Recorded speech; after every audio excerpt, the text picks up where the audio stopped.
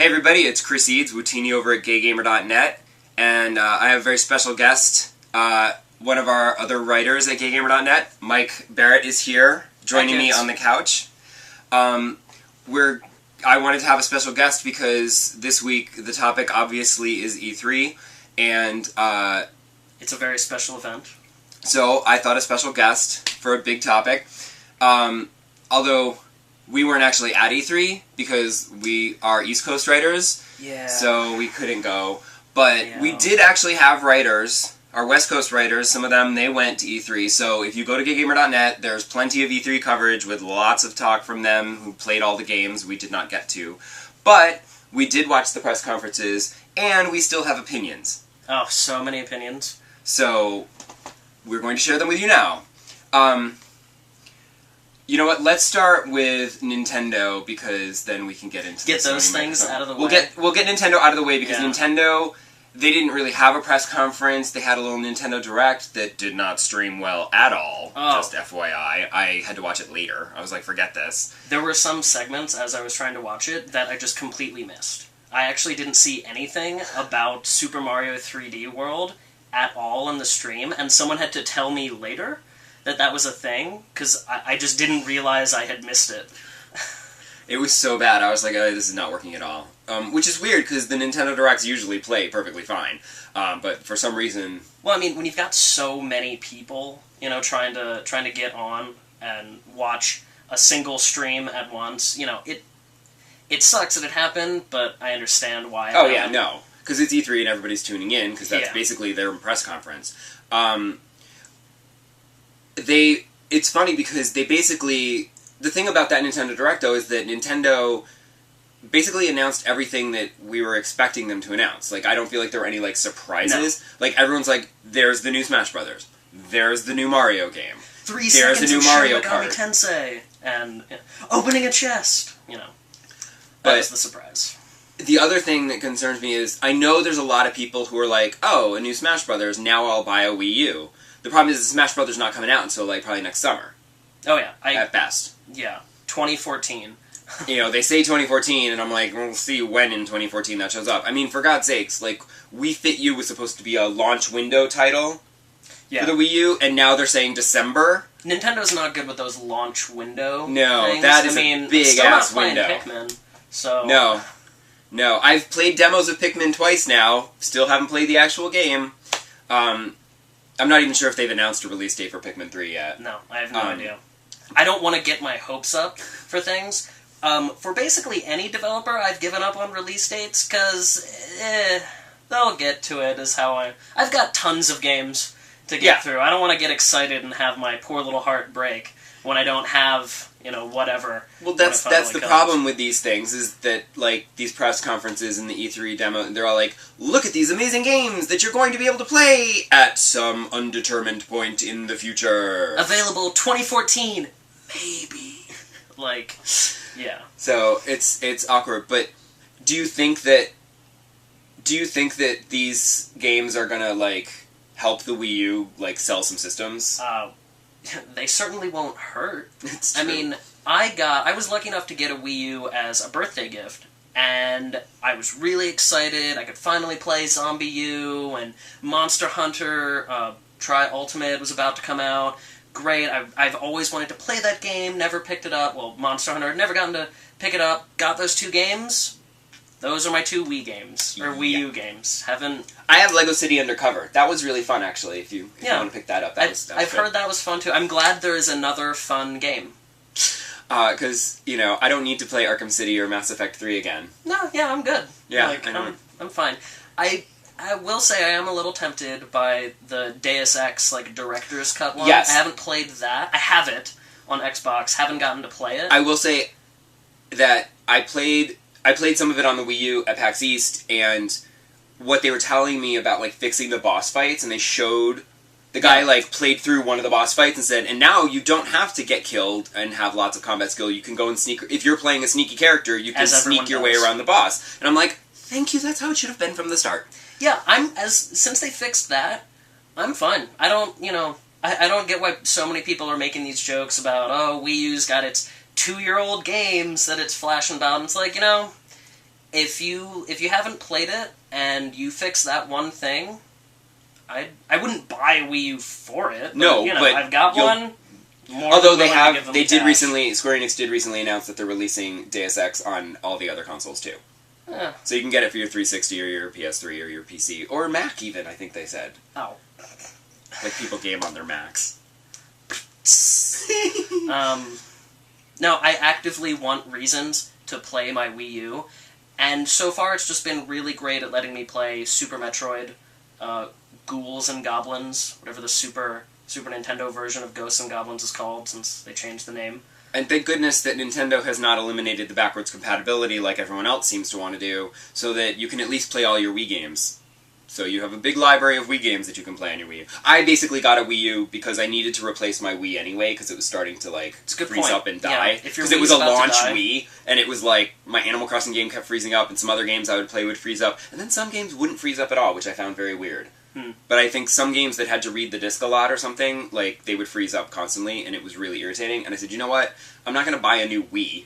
Yeah. I'll just buy a Wii U, play my Wii games on it, and play whatever Wii U games are coming out, which turned out to not be as many as I was hoping, but... Yeah, that is a good point. If you need, or if you really like your Wii, it's dying, or you've wanted a Wii, or whatever, get a Wii U. That's its selling point. It's also a Wii. Yes. But I feel like Nintendo basically did what... They did what everybody was expecting them to do. They just announced a bunch of more installments in these franchises that everybody loves. Yeah. And that'll probably sell some systems. Although I do know a lot of people who are really excited for Bayonetta 2. It's true. And people are going to buy a haircut? Wii U for Bayonetta 2. Which yeah, I find, that could be a system seller. I think it is. I know people who are waiting to buy a Wii U for when Bayonetta comes out. Go figure.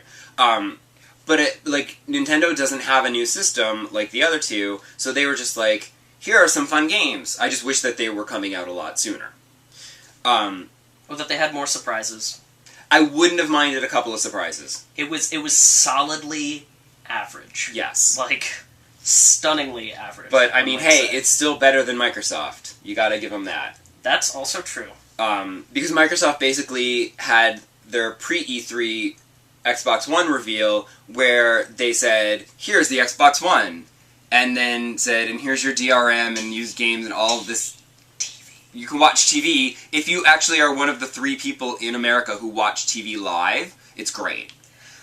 If you watch TV live and want to interrupt it with things like Skype calls and Internet Explorer, this is the system for you. Oh, and if you want to have a camera looking at you the whole time. So when Microsoft did their press conference at E3, they were like, they just ignored all that and all the issues that everybody is having with their console, and they said, here are some games you can play on it. And while part of me thinks that was a smart move because, you know, to address it would just draw more attention to it, and they kind of need to distract people by saying, here are some fun games that you're going to play, and then get people to say, well, I really want to play that game, so I guess I'll suck it up and deal with the DRM and the whatever. But I also feel like they didn't address it because they're not going to change any of it, and they don't have answers, and they're not going to change their plan of attack.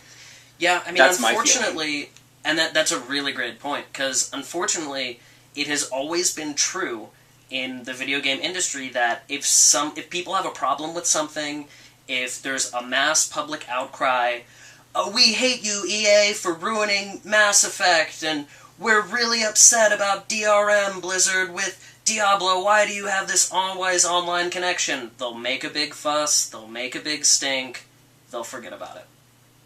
If people were really that upset about always online connections, why did SimCity sell so well? Like, I mean... Well, then I know people who returned it because they couldn't get it to work, so... It's true, but I mean, people always forget, is really the thing. You know, given enough time, if you just don't talk about it... And I'm pretty sure that eventually there will be games for the Xbox One that people will buy the Xbox One so they can play those games, and they will just suck it up and deal with whatever the DRM and whatever issues are with the Xbox One, and they'll just deal. Because people will do that. They do just cave. If you change the environment enough, people get used to it. But the clear winner was Sony, who basically just took Microsoft and bitch slapped it all the way around the convention center and was like, the ending of the Sony press conference was hilarious, where they're like, all that stuff you hate about the Xbox One, we're not doing any of that. Ta-da! Drop the mic, walk away. Pretty much. I mean, it's funny because basically Microsoft is doing what Sony did with the PlayStation 3. Coming off the PlayStation 2, Sony was super arrogant. They made this like super expensive piece of hardware, and they said, "Here's this. It's $600 or whatever," and like, here are these features you don't care about. Yeah. Here are these things you don't care about. You'll buy it because we're us. We're remember? Sony. It's a PlayStation, and you're gonna buy the new PlayStation. And I'm like, not at $600. I'm not. Actually, I think it might have been $700. Well, it was $600. It was $599 baseline. But then, I mean, if you wanted to get a game, right, and you have tax on top of that, or you want a second controller, I did buy one at that price, and I think I walked out of the store. I fully admit, I was one of those Sony fanboys at the time where I had the money. I was like a senior in high school. I had cash that I'd saved for my job specifically for it, dropped it all on it, and have suffered through every game drought and hardware failure, yellow lights, online connection, security failure, lots of terrible things. To Sony's credit, though, that launch, because I got it like 3 months after launch, that launch PlayStation, still going strong. My Wii lasted all the way till now. It was insane. I'm on my third Xbox, you know? It's ridiculous. Second. But Microsoft is basically doing what Sony did then, where Microsoft is coming off the 360, they're being all arrogant, and they're just saying like, ta-da! And you're gonna buy this, because this is the new Xbox, and y'all want it. And everybody's just kind of going, actually, no, not really so much with that. Yeah, and I think they're really, really overestimating how much of a non-gamer audience they can get. Like, how much they can appeal to, like, technophile families, in the same way that, say, Nintendo was able to grab, like, those mothers and people over the age of 50 and just get so many people riled up about the Wii because it was so different in the way that it played games, and they got that casual audience and, like, invented a whole new group of people to give them money. Microsoft is kind of trying to do that, where they want all of these people to also buy it for this reason.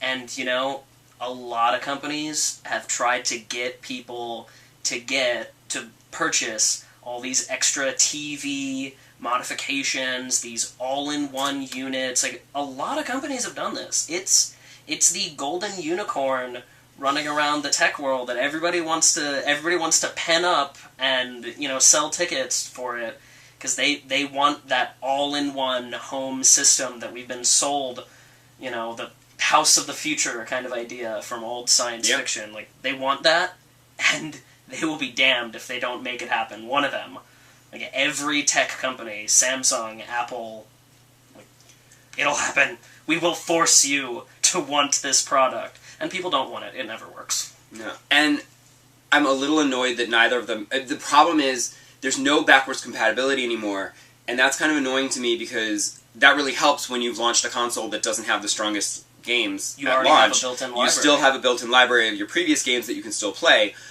but they don't want you to be able to use your old games in the new system because they want you to rebuy their old games from their online store and just re-download them. Yeah, and digital purchases. I'm like, come on, guys, I already own the game. Why do I have to buy it again? That's irritating.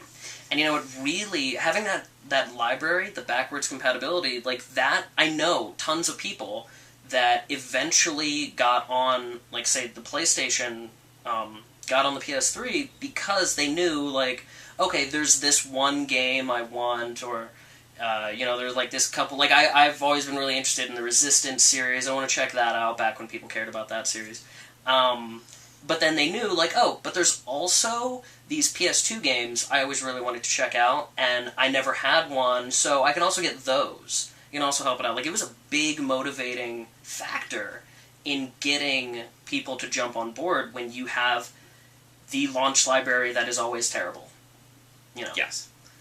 So you're leaning towards the PS3 after all this? PS4, or PS4, I mean. I mean, really, more than anything, just because it's cheaper. Like, right now, I don't have a job, so I'm not pre-ordering anything. I can't drop a whole unemployment check on a PlayStation 4. The government might be a little upset. I know people who have already pre-ordered PlayStation 4s. I have friends who've already put down pre-orders on it. And I just think they're nuts, because you don't know what games are going to be out at launch, and if they're going to be any good. And then, clearly, once those launch games happen, there's going to be that drought while they wait for a few more to come out. And I'm like, you know what, I'm good waiting. Also, because, and I will say, the one good thing that came out of that Microsoft press conference at E3 was the announcement that leading up to the release of the Xbox One, Xbox Live Gold members will be getting 2 free games every month starting in July. That is true. And I think the first one is, what, Halo 3? It's Halo 3 and Assassin's Creed 2, I believe. And so games everybody already has pretty much. Played. Well, I don't have Halo 3 because I'm not a big Halo fan, but if it's free, I'll totally download it and at least play a little of it. I mean, it's there. It's free. Whatever. The other day, last week, somebody posted on Facebook, they're like, hey, I don't know if this is a glitch or not, but if you sign in to Xbox Live, you can get Fable 3 for free. So I downloaded Fable 3 for nothing. I heard it's not that great, but it was free. But that's the one thing I'll say thank you, Microsoft, because all those free games, I will stockpile them all summer and into the fall, and then when the new consoles launch, I don't have to worry about it because I'm going to have a crap ton of games to keep me busy. And then when I'm not playing your new system, I'll have plenty of things to play.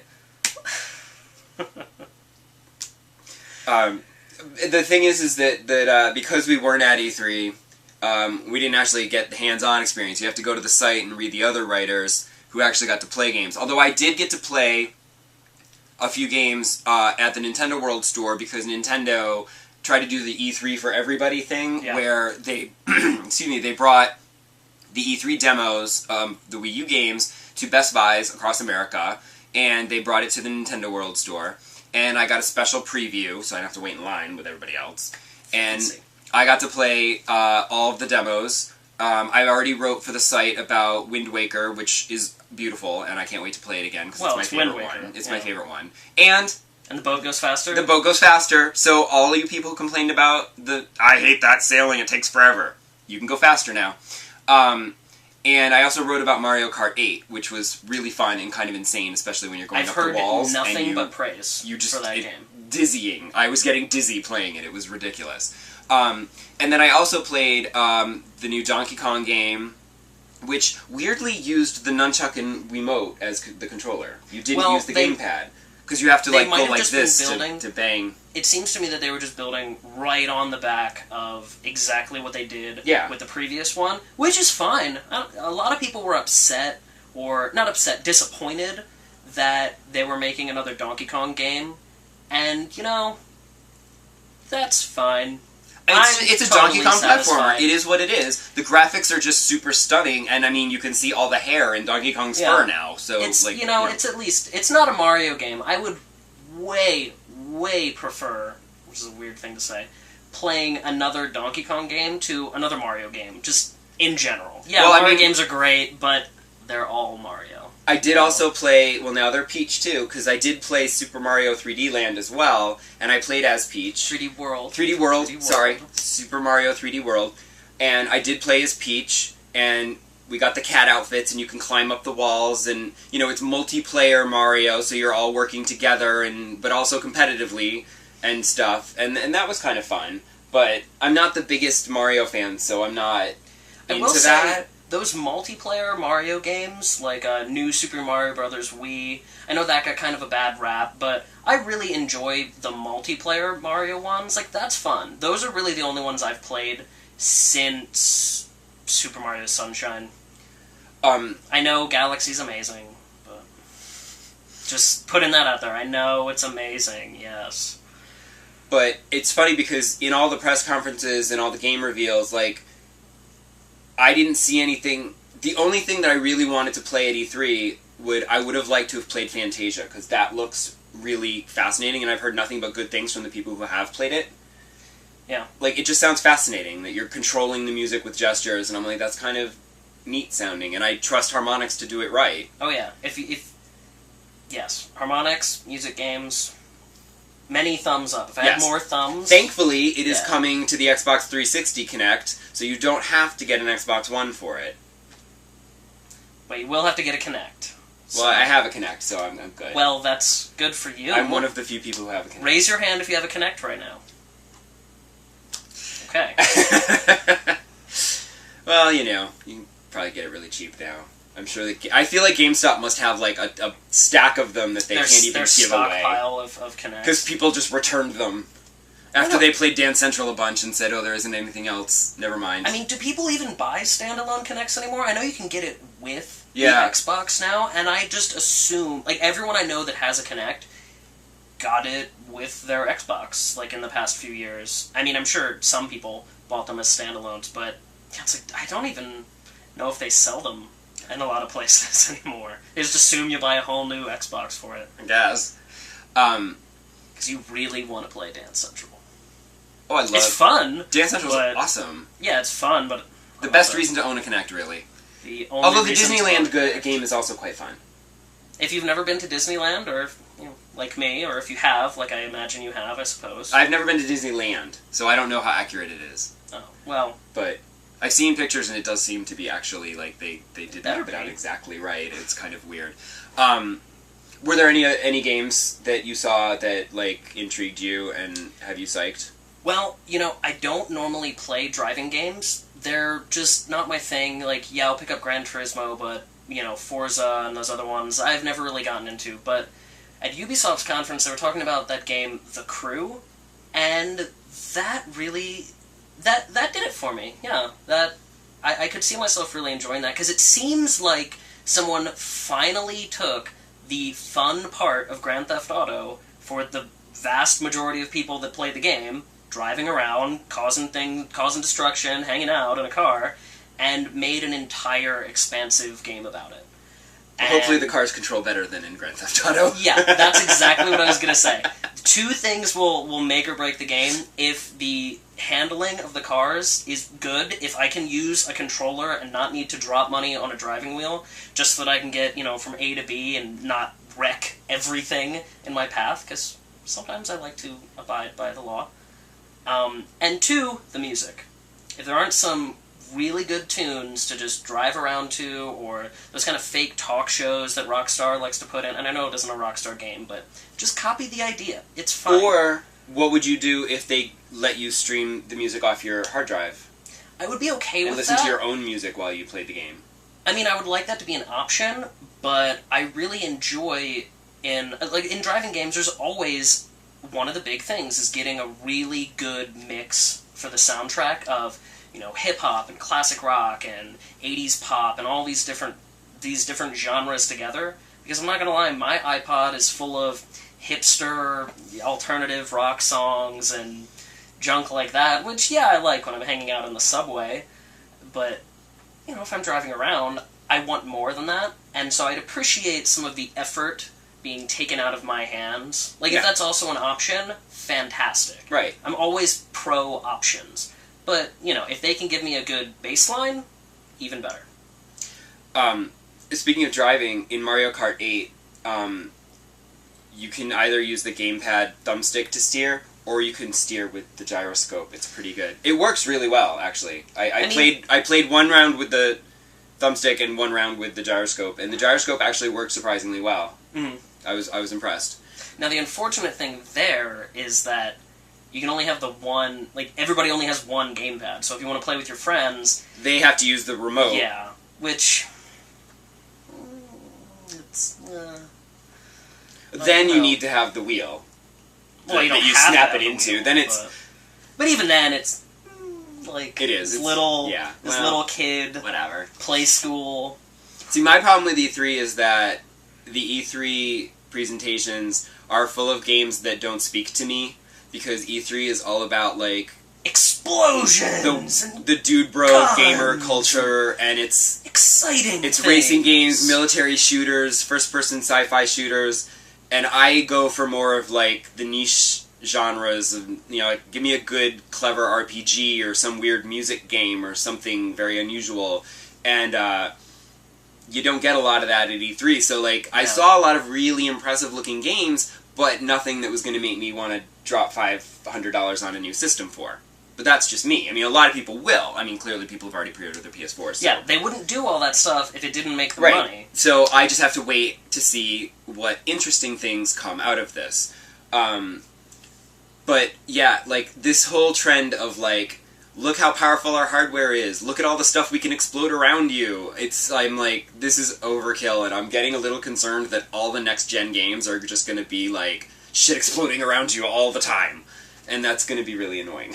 Yeah, I've never been one for the amazing graphics. Everything has to be perfectly modeled and detailed, individual hairs on heads. Like, that's great, but I would always prefer an increase in complexity. Like, instead of just making it a long, really beautiful hallway that sometimes explodes or is on a boat or in a helicopter or something, if you could have a branching narrative or have genuine decisions. Yes. Not these, like, pretend, do you go through the door on the right or the door on the left? Oh, that person dies either way. Like, not that fake decision stuff. I would like to see some of this massive computing power used for gameplay and not the graphics. Because the graphics, I think, are pretty enough as it is. You know, I don't need individually modeled arm hairs on my soldier. That's not really necessary. But anyway, we've gone on far too long. I think we need to wrap this up. Is there anything else that you wanted to say before we go? No. Okay. So that's it for this week. Thanks to Mike, my special guest on the couch. And maybe next year we'll actually get to go to E3 and play the games. Or not. We'll see. And I will see you back here next week. Same time, same channel. Bye. Bye, kids.